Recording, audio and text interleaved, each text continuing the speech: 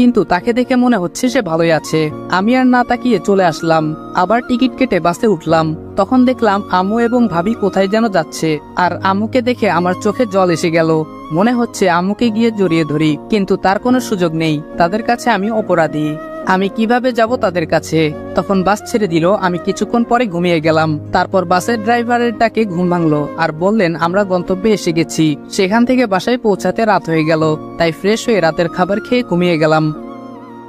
পরের দিন সকালে শুনতে পারি রাত্রে অনন্যার জ্বর আসছে। তাই আর কি করার, আঙ্কেলকে বলে আমি চলে গেলাম কলেজে। আর অনন্যার শরীর খারাপের জন্য সে বাসায় থেকে গেল। কলেজে গিয়ে ভর্তি হলাম। আমি তো আর জানি না আমাদের ক্লাস কই, তাই খুঁজতেছিলাম। তখন দেখি লাকি কলেজে আসতেছে। আমি ওর কাছে গেলাম। কেমন আছো? লাকি বলল আমি ভালো আছি। অনন্যা কই? ওকে তো দেখছি না। আমি বললাম ওর শরীর খারাপ, তাই আজকে আসেনি। লাকি বলল কি হয়েছে ওর? আমি বললাম হালকা জ্বর আসছে। লাকি বলল ও আচ্ছা। আমি বললাম আমাদের ক্লাসরুম কই? আমি খুঁজে পাচ্ছি না। লাকি বলল আমার সাথে চলো। আমি বললাম ওকে। তারপর আমি আর লাকি ক্লাসরুমে চলে গেলাম। লাকি ওর জায়গায় চলে গেল আর আমি পিছনে একটা সিটে গিয়ে বসলাম। কিছুক্ষণ পর একটা ছেলে এসে আমার পাশে বসলো। ছেলেটি বলল আমি রাহাত। তোমার নাম কি? নতুন মনে হচ্ছে। আমি বললাম আমার নাম আবির। রাহাত বলল আমরা কি বন্ধু হতে পারি? আমি বললাম অবশ্যই, কিন্তু তুই করে বলতে হবে। রাহাত বলল ঠিক আছে, চল আমার বন্ধুদের সাথে পরিচয় করিয়ে দেই। আমি বললাম চল। রাহাত আমাকে ওর বন্ধুদের কাছে নিয়ে গেল। আমি বললাম হাই, আমি আবির। তারপর একে একে সবাই নিজেদের নাম বলতে থাকলো। ওদের সাথে কথা বলতে বলতে ক্লাসের ঘন্টা বাজলো। আমরা সবাই ক্লাসে গেলাম। যথারীতি ক্লাস করে লাকি সহ সবাইকে বিদায় দিয়ে বাসার পথে পা বাড়ালাম। বাসা 10 মিনিটের পথ, তাই হেঁটে আসছিলাম। তখন দেখলাম কে যেন অ্যাক্সিডেন্ট করছে, তাই আমি ওখানে গেলাম। হাসপাতালে নেওয়ার লোক নেই। এদেশের মানুষ শুধু অন্যের বিপদ দেখতে পারে, সাহায্যের বেলায় কেউ নেই। লোকটির গাড়ি অ্যাক্সিডেন্টে খারাপ হয়ে যাওয়ার কারণে আমি একটা সিএনজি নিয়ে তাকে হসপিটালে নিয়ে গেলাম। ওনার জ্ঞান ছিল না, তাই আমি নার্সকে ডেকে উনাকে একটা বেডে শুইয়ে দিলাম। আর ডক্টর এসে উনাকে ইমার্জেন্সিতে নিয়ে গেল। নার্স উনার মোবাইলটা আমাকে দিয়ে বলল 2 লাখ টাকা জমা দিতে, কিন্তু আমার কাছে তো টাকা নাই, কি করব বুঝতেছি না। তখন দেখলাম উনার মোবাইলে একটা নম্বর থেকে ফোন আসতেছে। তখনই আমি ফোনটা রিসিভ করলাম। মেয়েলি কণ্ঠে বুঝলাম উনার স্ত্রী হবে মনে হয়, তাই আমি সব ঘটনা খুলে বললাম এবং ঠিকানা অনুযায়ী আসতে বললাম। 20 মিনিট পরে মহিলা আসলো। আমি উনাকে বললাম যে ডক্টর টাকা জমা দিতে বলেছে, কিন্তু আমার কাছে টাকা নেই। তখন উনি কার্ড থেকে টাকা পে করলেন। উনাদের পরিচয়টা দিয়ে নেই। যিনি অ্যাক্সিডেন্ট করেছেন তিনি হলেন দেশের টপ ব্যবসায়ী রায়হান চৌধুরী, আর মহিলাটি হলেন মিসেস রায়হান চৌধুরী বা ইয়াসমিন চৌধুরী। আর ওনাদের 5 বছরের একটা বাচ্চা আছে যার নাম মাহি। পরিচয় পর্ব শেষ, এখন বর্তমানে আসা যাক। ইয়াসমিন চৌধুরী কান্না করছিলেন। তখন কিছুক্ষণ পর ডক্টর আসলেন এবং বললেন রোগীকে সঠিক সময়ে আনার জন্য বেঁচে গেছেন। মিসেস রায়হান বললেন আমরা কি উনার সাথে দেখা করতে পারি? ডক্টর বলল বেডে শিফট করার পরে দেখা করতে পারবেন। ইয়াসমিন চৌধুরী বলল ধন্যবাদ ডাক্তার। ডক্টর বলল ধন্যবাদ উপরওয়ালাকে দেন। কিছুক্ষণ পর উনাকে বেডে শিফট করা হলো। তখন আমরা 3 জন গেলাম। রায়হান চৌধুরী আমাকে বলল তুমি কই থাকো বাবা? আমি বললাম এক আঙ্কেলের ওখানে। রায়হান চৌধুরী বলল ও আচ্ছা। আমি বললাম আমি যাই তাহলে। রায়হান চৌধুরী বলল আচ্ছা যাও, আর শোনো আমার কার্ডটা রাখো, কোনো সমস্যা হলে আমার কাছে এসো। আমি উনার কাছ থেকে কার্ডটা নিয়ে তাদের কাছ থেকে বিদায় নিয়ে চলে আসলাম বাসায়। বাসায় আসার পর আঙ্কেল জিজ্ঞাসা করলেন এত দেরি হলো কেন? আমি আজকে ঘটে যাওয়া ঘটনা বললাম। তখন উনি বললেন আচ্ছা ঠিক আছে, তুমি ফ্রেশ হয়ে আসো, খাবে এখন। তারপর আমি রুমে গিয়ে ফ্রেশ হয়ে খাবার খেতে চলে আসলাম। দেখলাম অনন্যাও আছে। আমি ওরে বললাম শরীর ঠিক আছে? অনন্যা বলল অনেকটা সুস্থ এখন। আর কেউ কোনো কথা না বলে খেয়ে উঠলাম আর রুমে চলে আসলাম। তারপর গোসল করে একটু ঘুম দিলাম। ঘুম থেকে উঠে ফ্রেশ হলাম। অনন্যা অসুস্থ থাকায় আজকে আর ছাদে গেলাম না, তাই রুমে বসে মোবাইলে ফ্রি ফায়ার গেম খেলা শুরু করলাম। সন্ধ্যায় হালকা নাস্তা করে পড়তে বসলাম। পড়তে পড়তে রাত 11টা বেজে গেল। তখন একজন এসে বলল খাবার খাওয়ার জন্য, তাই আমি বই রেখে খেতে চলে গেলাম। রাতের খাবার খেয়ে আমি আমার রুমে এসে শুয়ে পড়লাম আর মোবাইলটা নিয়ে ফেসবুকে ঢুকলাম। কারো সাথে যেন কথা না হয় সেজন্য নতুন একটা অ্যাকাউন্ট খুলেছি এবং আগেরটা ডিঅ্যাক্টিভ। কিছুক্ষণ ফেসবুকে থেকে বের হয়ে ভাবতে লাগলাম আমাকে অনেক বড় হতে হবে, কিন্তু কি কারণে এই চিন্তা সেটা অজানাই থাকুক। ভাবতে ভাবতে কখন যে ঘুমের রাজ্যে চলে গেছি নিজেও জানি না। পরের দিন সকালে উঠে ফ্রেশ হলাম আর নাস্তা করে আমি আর অনন্যা একটা রিকশায় করে কলেজের উদ্দেশ্যে রওনা দিলাম। আমরা 5 মিনিটের মধ্যেই কলেজে চলে আসলাম। আমি অনন্যা লাকি এক জায়গায় আড্ডা দিচ্ছিলাম। তখন আমাদের সাথে আমার বাকি বন্ধুগুলো আসলো। অনন্যা বলল একদিনেই এত বন্ধু? আমরা সবাই হেসে দিলাম। অনন্যা বলল আচ্ছা বাদ দাও।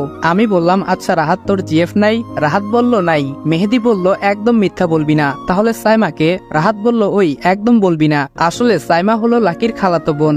আজকে আজকে কলেজে আসেনি। লাকি বলল এত কিছু আর আমি জানি না।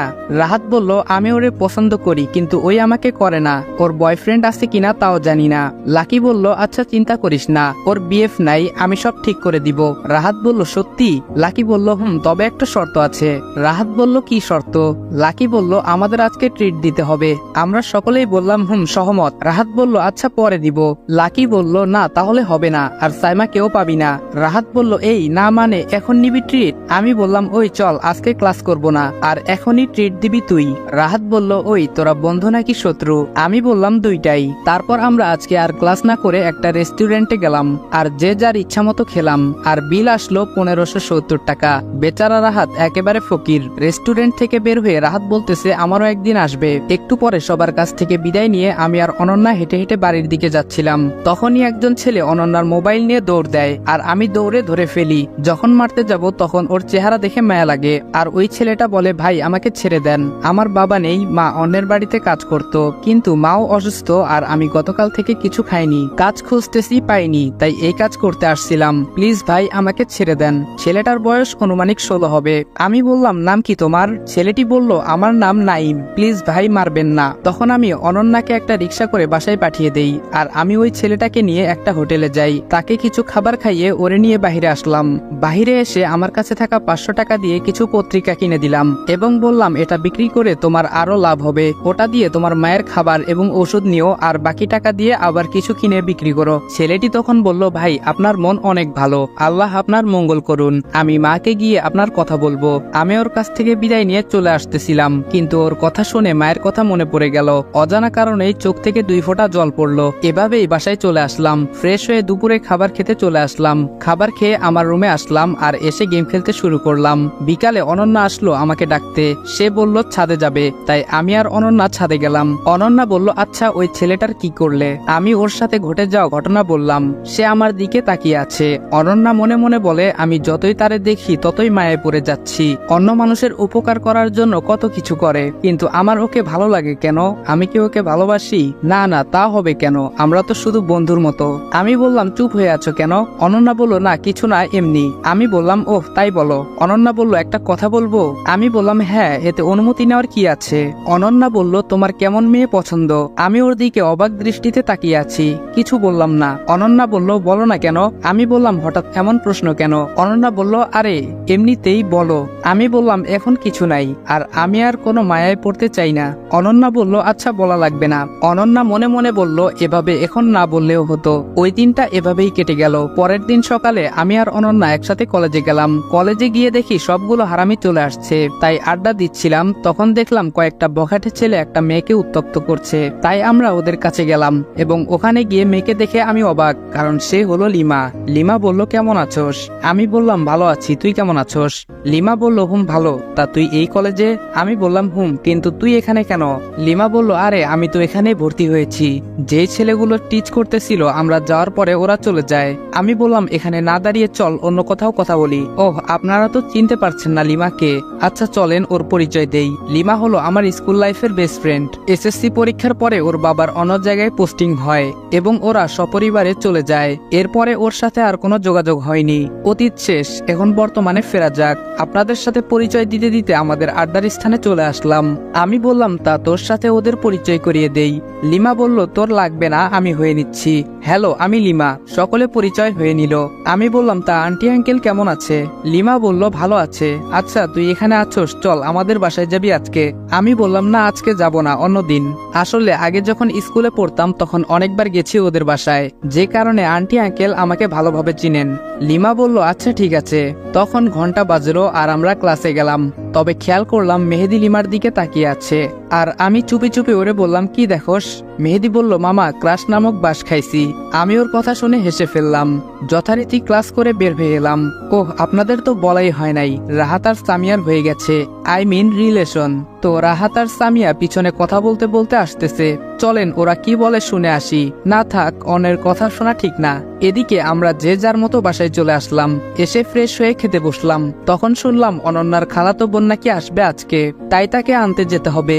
সেজন্য আমি আর অনন্যা রেডি হয়ে তাকে আনতে গেলাম বাস স্ট্যান্ডে। আমি আর অনন্যা কিছুক্ষণ ওয়েট করার পর দেখলাম অনন্যা এগিয়ে যাচ্ছে। তখন বুঝলাম হয়তো ওর বোন আসছে। তখনই অনন্যা ওকে জড়িয়ে ধরলো আর আমার দিকে এগিয়ে আসছিল। আমার কাছে এসে মেয়েটি বলল, ও কে? আমি বললাম, আমি উনাদের বাসার ড্রাইভার। মেয়েটি বলল, ও অনন্যার খালাতো বোনের নাম মাহি। আর হ্যাঁ, আমি অন্যের আশ্রয়ে থাকতে চাইনি, তাই আমি চলে যেতে চেয়েছিলাম। আঙ্কেল বলেছিলেন যে অনন্যার ড্রাইভার হয়ে থাকতে, এর জন্য উনি আমার বেতনও দেন। কোনো চাকরির জন্য আমিও আর দ্বিমত করিনি, রাজি হয়ে গিয়েছি। এবার বর্তমানে আসি। আমি বললাম, আপনি গাড়িতে উঠেন। তখনই আমার গালে 2টা থাপ্পড় পড়ল। আমি নিচের দিকে তাকিয়েছিলাম আর চোখ দিয়ে জল পড়ছিল। মাহি বলল, ওই আমি কি নিজের হাতে গাড়ির দরজাটা খুলবো? তুই আমাকে কিভাবে দরজা খুলতে বলিস? আর আমাকে ম্যাডাম বলবি, মনে থাকে যেন। আমি বললাম, আচ্ছা ঠিক আছে। অনন্যা স্তব্ধ হয়ে গেছে মাহির ব্যবহারে। সে মাহিকে বলল, সে তোর থেকে বড়। মাহি বলল, ব্যবহার তোর কাছ থেকে শিখতে হবে না, আর আমি ছোট লোক দেখতে পারি না। অনন্যা বলল, ভুলে যাস না, সবাই মানুষ। মাহি বলল, তোকে জ্ঞান দিতে হবে না। আমি গাড়ির দরজা খুলে দিলাম আর মাহি গিয়ে বসলো। অন্যদিকে অনন্যা আমার পাশে এসে বসলো। তখন মাহি বলল, ওই ড্রাইভারের জন্য তোর এত দরদ কেন? অনন্যা বলল, কারণ আমি ওকে। কথা বলতে গিয়েও অনন্যা থেমে গেল। অনন্যা কথা ঘুরিয়ে বলল, মানুষকে সম্মান দিতে হয়। অনন্যা আমাকে বলল, ওর কথায় কিছু মনে করো না, ওই এরকমই। আমি বললাম, না ঠিক আছে। আর কেউ গাড়িতে কোনো কথা বললাম না। প্রায় 30 মিনিট পরে আমরা বাসায় চলে আসলাম আর গাড়ি থেকে নেমে গাড়ির পিছনের দরজা খুলে দিলাম আর মাহি নেমে গেল। আমি ওর জিনিসপত্র নিয়ে গেলাম ওর রুমে। আমি আমার রুমে এসে ফ্রেশ হলাম। বিকালে ছাদে গেলাম, গিয়ে দেখি অনন্যা আর মাহি দুইজনই আছে। আমি চলে আসব তখন মাহি ডাক দিল, এই ড্রাইভার এদিকে আয়। আমি ওদের কাছে গেলাম। মাহি বলল, তুই এখানে কেন? আমি বললাম, আপনারা এখানে আছেন আমি জানতাম না। যদি জানতাম তাহলে আসতাম না। মাহি বলল, নেক্সটে যেন আর কখনো এমন না হয়। আমি বললাম, আচ্ছা হবে না। তখন অনন্যা বলল, ওই আসবে না মানে কি? সে আসবে, তাতে কোনো সমস্যা নাই। আমি কথা না বাড়িয়ে নিচে চলে আসলাম। এসে ভাবতে থাকলাম, আমাদের তো অনেক জমি আছে, তা তো এদের থেকেও বেশি। আর মাহি আমাকে এত অপমান করতেছে, সবই আমার কপাল। কিছু করার নাই। কিছুক্ষণ পরে সন্ধ্যা হয়ে গেল, তাই আমি নামাজ পড়তে বসলাম। রাত্রে আঙ্কেল অফিস থেকে এসে ফ্রেশ হয়ে খাবার খেতে বসলো এবং আমাকে ডেকে পাঠালো। আমি আসার পরে মাহি বলল, ওই ড্রাইভার আমাদের সাথে খেতে বসবে? আঙ্কেল বলল, ওই তোমার থেকে বড়, সম্মান দিয়ে কথা বলবে। মাহি বলল, আচ্ছা ঠিক আছে। মাহি মনে মনে ভাবছে, তোর জন্য আমাকে অপমান করলো, আমি তোকে ছাড়বো না, আর আমি তোকে এই বাড়ি থেকে তাড়িয়ে ছাড়বো। এভাবেই 1 সপ্তাহ কেটে গেল, কিন্তু মাহি আমাকে সহ্য করতে পারে না। আর অপরদিকে অনন্যা আমার দিকে অনেকটা দুর্বল হয়ে পড়েছে। পরের দিন কলেজে যাচ্ছিলাম, তখন অনন্যা বলল, আজকে কলেজের ছুটির পর এক জায়গায় যাব। ওর সাথে কথা বলতে বলতে কলেজে চলে আসলাম। যথারীতি প্রতিদিনের ন্যায় আজকেও আড্ডার বিকল্প হলো না। লিমাকে বললাম, শুন, তোর কি বয়ফ্রেন্ড আছে? লিমা বলল, না নেই। কেন? আমি বললাম, তাহলে তো ভালোই হলো। আর হ্যাঁ, মেহেদি তোরে লাইক করে, তোর কি ওরে ভালো লাগে? লিমা বলল, করা যায়, খারাপ না। আচ্ছা, ওরে বলে দিস আমি রাজি। আমি বললাম, আচ্ছা। একটু পরেই ঘন্টা পড়লো আর আমরা ক্লাসে চলে গেলাম। অনন্যা বলল, লিমার সাথে কি কথা বলতেছিলে? আমি বললাম, একটু ওয়েট করো, জানতে পারবে। অনন্যা অবাক হয়ে গেল। আমরা ক্লাস করার পর আমি বললাম, আজকে কেউ যাবি না, মেহেদি ট্রিট দিবে। আমার কথা শুনে সবাই খুশি, কিন্তু কেউ জানে না কি কারণে ট্রিট, এমনকি মেহেদিও জানে না। মেহেদি বলল, কি কারণে আমি ট্রিট দিব? সকলেই আমার কাছে কারণ জিজ্ঞেস করলো। আমি বললাম, আরে মামা, লিমা রাজি হয়ে গেছে। তখন সবাই এক দৃষ্টিতে তাকিয়ে আছে আমার দিকে, আর দেখলাম লিমা লজ্জায় নিচের দিকে তাকিয়ে আছে। আমি বললাম, আরে এভাবে তাকিয়ে থাকবি নাকি ট্রিট নিবি? সবাই বলল, আরে অবশ্যই নিব। অন্যদিকে রাহাত বলতেছে, আজকে তোর পকেট খালি করব। আমার বেলায় মনে আছে? আমরা সবাই হেসে ফেললাম। মেহেদি বলল, আমার কপালে আজকে খারাপ হয়ে আছে। তাই আমরা একটা রেস্টুরেন্টে গেলাম আর যে যার মতো খাবার অর্ডার করলাম। খাবার শেষে মেহেদি বিল দিল আর আমরা যে যার মতো বাসায় চলে আসলাম। পরের দিন মাহি চলে গেল আর আমি মনে মনে বললাম, এতদিনে আমার জীবনটা জাহান্নাম করে দিছে, চলে যাওয়াতে বাঁচলাম। এর মধ্যেই চলতে থাকে আমার জীবন।